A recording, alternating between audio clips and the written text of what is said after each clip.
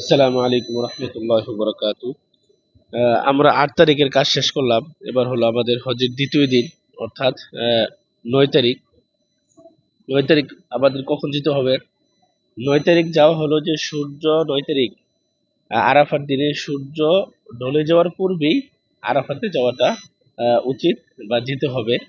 কিন্তু আমাদেরকে বা যারা হাজি আছে মোয়াল্লেমরা, যে সুদি যে মোয়াল্লেম, সে 8 তারিখ রাত্রে নিয়ে চলে যায়। কিন্তু যদি কারো পক্ষে সাধ্য হয়, সম্ভব হয়, এটা হয় না আসলে, মানে যারা একসাথে থাকে তাদেরকে একসাথে নিয়ে যাওয়াটা সমস্যা নাই, আপনার এই জন্য হজের কোনো ক্ষতি হবে না। কিন্তু সুন্নাহ হলো যে আপনার সকালে সূর্য ওঠার পরে আপনার আরাফা ময়দানে যাওয়া, অর্থাৎ জোহরের আগে পূর্বে যাওয়া।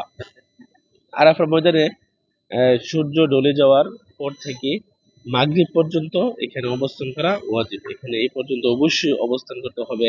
আরাফা এমন একটা দিন যেখানে আল্লাহ তাআলা অনেক বান্দাদেরকে ক্ষমা করে দেন। আপনার নিজের মন মতনে সেখানে নিজের ইচ্ছা মতো যেখানে পারেন, গাছের নিচে পারেন, তাঁবুর এক কর্নারে পারেন, বাহিরে গিয়া পড়েন, আল্লাহর কাছে দোয়া করবেন। এখানে নির্দিষ্টভাবে একটা দোয়া আছে, লা ইলাহা ইল্লাল্লাহু ওয়াহদাহু লা শারীকা লাহু লাহুল মুলকু ওয়া লাহুল হামদু ওয়া হুয়া আলা কুল্লি শাইইন কাদির।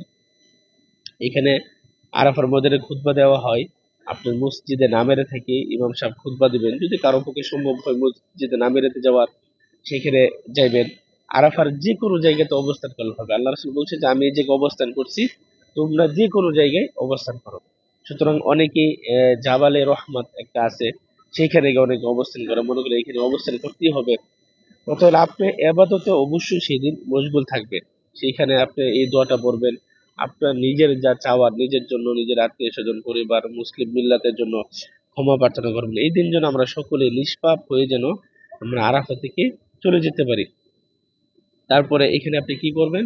এখানে আল্লাহ রাসূল সাল্লাল্লাহু আলাইহি সাল্লাম এক আজানে দুই একামতে সালাত আদায় করেন, অর্থাৎ জোহরের সলাতের সময় জোহরের 2 রাকাত কসর করেছেন এবং আসরের সলাত আগায়া নিয়ে আইসা এই 2 রাকাত সলাত জোহরের সাথে পড়ে ফেলেছেন। এটাকে বলে জমা কসর, অর্থাৎ আসরের সলাতকে জোহরের সময় পড়া।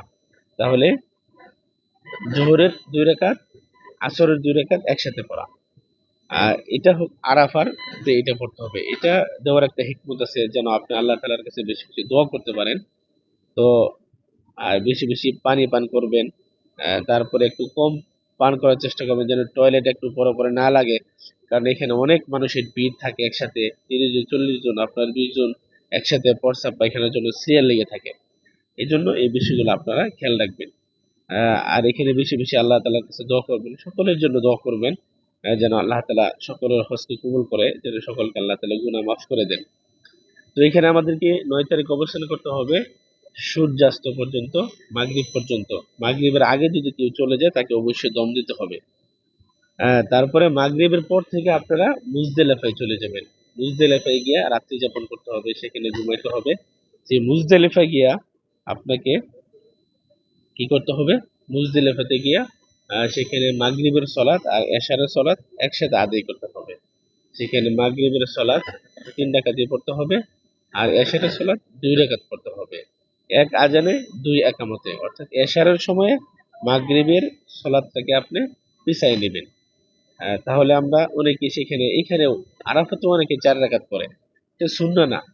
সুন্নাহ হলো রাসূল এবং রাসূলের সাথে যারা ছিল এবং যারা সেখানে মক্কার যে ইমাম থাকে সেও সেখানে আরাফার দিন কি করে, তারা কসর করে। সুতরাং আরাফাতেও আমরা কসর করব, মুজদালিফাতেও গিয়ে আমরা জমা এবং কসর করব। এটাকে বলে জমা তাখির। আর আরাফাতে যে সলাত আমরা পড়ি সেটাকে বলে জমা তাকদিম। সুতরাং আল্লাহ তাআলা যেন সকলের হজকে কবুল করে। এখানে আপনার সুন্দর মতো ঘুমাইবেন। আপনি আগে একটা পাটি অথবা একটা চাদর অথবা একটা বালিশ, বালিশ বলতে আপনার যে সাথে ব্যাগ থাকে, সেই ব্যাগটা আপনার ইহরামের কাপড় পরেও আপনি ঘুমাইতে পারেন, ইহরামের কাপড় মাথায় দিয়া। আর অবশ্যই আপনার অনেক হাজি দেখা গেছে মুজদালিফা পায় না। আরাফা থেকে এত ভিড় থাকে গাড়ির, যার কারণে অনেকেই যেতে যেতে রাত 3টা 4টাও বেজে যায়। এই জন্য যদি কারো স্বাস্থ্য ভালো থাকে, সুস্থ থাকে, পরামর্শ হলো যেন আমরা হেঁটেই চলে যাই, যেন সঠিক সময়ে আমরা মুজদালিফায় গিয়ে রাত্রি যাপন করতে পারি, সেখানে যেন আমরা ঘুমাইতে পারি। মুজদালিফা একটা আরামের ঘুম হয়। সুতরাং মুজদালিফার যে কোনো জায়গাতে আপনি ঘুমাইতে পারেন, সমস্যা নাই। এই জন্য আমরা চেষ্টা করব যেন খুব দ্রুতই চলে যাওয়ার জন্য, হাইটে গেলেই বরং তাড়াতাড়ি যাওয়া যায়। ঠিক আছে? তো মুজদালিফা যখন আমরা রাত্রি যাপন করব, এখানে অনেক দুর্বল থাকতে পারে, অসুস্থ থাকতে পারে, বৃদ্ধ থাকতে পারে। তারা ইচ্ছা করলে ফজরের আগ মুহূর্তে যেতে পারবে। যারা দুর্বল, নারী এবং অসুস্থ, বৃদ্ধ, এটা তাদের জন্য অনুমতি আছে। কিন্তু বাকি আমরা যারা সুস্থ আছি তারা অবশ্যই ফজর পর্যন্ত ঘুমাইতে হবে। ফজরের সালাত এখানে পড়তে হবে। এখানে মাশআরুল হারাম একটা মসজিদ আছে, তার আশেপাশেও থাকতে পারেন, অথবা মুজদালিফার যে কোনো জায়গাতে আমরা থাকতে পারি, সমস্যা নাই। আরাফাতে অবস্থান করাটা, আল্লাহ রাসূল সাল্লাল্লাহু আলাইহি ওয়াসাল্লাম বলেছেন আল উকুফু আরাফা, আল হাজ্জু আরাফা, যে আরাফাতে অবস্থান করাটাই হজ। সুতরাং এই আরাফাতে অবশ্যই আমরা সঠিকভাবে অবস্থান করব, আরাফার ভিতরেই থাকব।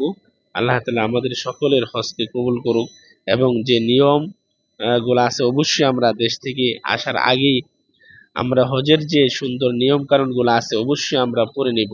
যে দোয়াগুলো আছে সেই দোয়াগুলো আমরা অবশ্যই মুখস্থ করে নেব। আমরা শুধু আসি, অনেকে আমরা কিছুই জানি না, মানুষের দিকে তাকায় থাকি। না, আপনি হজের সুন্দর যা নির্ভরযোগ্য যে আলেম আছে তাদের বইগুলা অবশ্যই পড়ে সঠিকভাবে জেনে তারপরে হজ করতে আসবেন। আল্লাহ তাআলা আমাদের হজকে কবুল করুক। আসসালামু আলাইকুম ওয়া রাহমাতুল্লাহি ওয়া বারাকাতুহু।